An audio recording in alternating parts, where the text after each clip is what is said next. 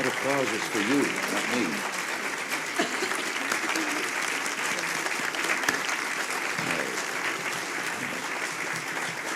Thank you. Ladies and gentlemen, won't you be seated?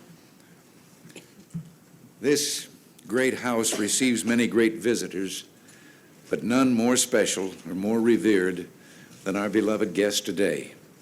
A month ago, we awarded the Medal of Freedom to 13 heroes who have done their country proud. Only one of the recipients could not attend because she had work to do. Not special work, not unusual work for her, but everyday work, which is both special and urgent in its own right. Mother Teresa was busy, as usual, saving the world, and I mean that quite literally. And so we rather appreciated her priorities, and we're very happy indeed that she could come to America this week. Now, a moment ago, I said we'd awarded the Medal of Freedom to heroes who've done our country proud. And I believe Mother Teresa might point out here that she is most certainly not an American, but a daughter of Yugoslavia. And she has not spent her adult life in this country, but in India. However, it simply occurred to us when we wanted to honor her that the goodness in some hearts transcends all borders and all narrow nationalistic considerations. Some people, some very few people, are in the truest sense citizens of the world. Mother Teresa is. And we love her so much, we asked her to accept our tribute, and she graciously accepted. And I will now read the citation. Most of us talk about kindness and compassion, but Mother Teresa, the saint of the gutters, lives it. As a teenager, she went to India to teach young girls. In time, Mother Teresa began to work among the poor and the dying of Calcutta. Her order of the Missionaries of Charity has spread throughout the world, serving the poorest of the poor. Mother Teresa is a heroine of our times, and to the many honors she has received, including the Nobel Peace Prize, we add with deep affection and endless respect the Presidential Medal of Freedom.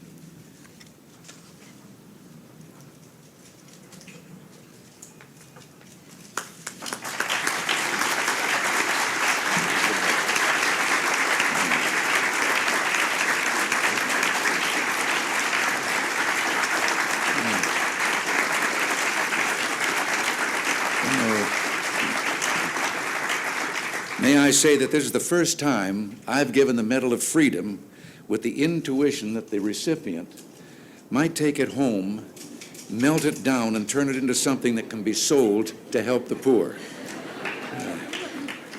And I want to thank you for something, Mother Teresa. Your great work and your life have inspired so many Americans to become personally involved themselves in helping the poor. So many men and women in every area of life, in government and the private sector, have been led by the light of your love, and they have given greatly of themselves. And we thank you for your radiant example.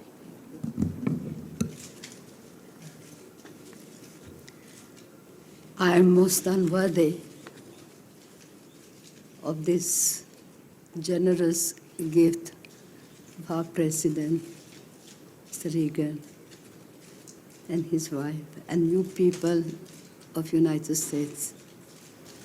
But I accept it for the greater glory of God and in the name of the millions of poor people, where this gift, in spirit and in love, will penetrate the hearts of the people. For in giving it to me, you are giving it to them.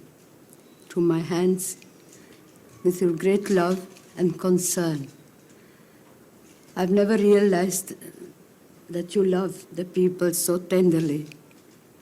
I had the experience, I was last time here, a sister from Ethiopia phoned me and said, our people are dying, our children are dying. Mother, do something. And the only person that came in my mind while she was talking, it was the President. And immediately I wrote to him and I said, I don't know, but this is what happened to me. And next day it was that immediately he arranged to bring food to our people. And I can tell you, the gift that has come from your people, from your country, has brought life, new life, to our suffering people in Ethiopia. I also want to thank the families here in the United States for their continual and delicate love that they have given and they have shown by giving their children to become sisters and to serve the poor throughout the world. We are now all over the world and trying to bring the tenderness and the love of Jesus. And you cannot go where we go. You cannot do what we do. But together we are doing something beautiful for God. And my gratitude to you, President, and your family, and to your people, is my prayer for you, that you may grow in holiness through this tender love for the poorest of the poor. But this love begins at home, in your own family, and it begins by praying together. For prayer gives a clean heart, and a clean heart can see God. And if you see God in each other, you will have love, peace, joy together. And works of love are works of peace, and love begins at home. So my sisters, brothers, and fathers, we are going, and all our poor people, thousands and thousands and thousands of people that we deal with, I bring their gratitude to you, and keep the joy of loving. Love them, begin in your own family first, and that love will penetrate right through the furthest place where no one has ever been. There's that tenderness and love of Christ. And remember that whatever you do to the least, you do it to him, Jesus said. You did it to me.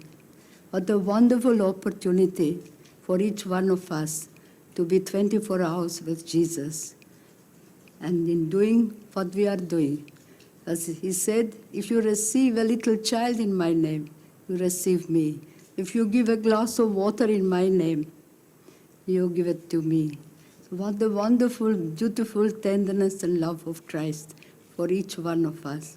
So once more, I want to thank you for this beautiful gift, which I'm sure it will bring great joy to our people by sharing it with them. God bless you and keep you in his heart.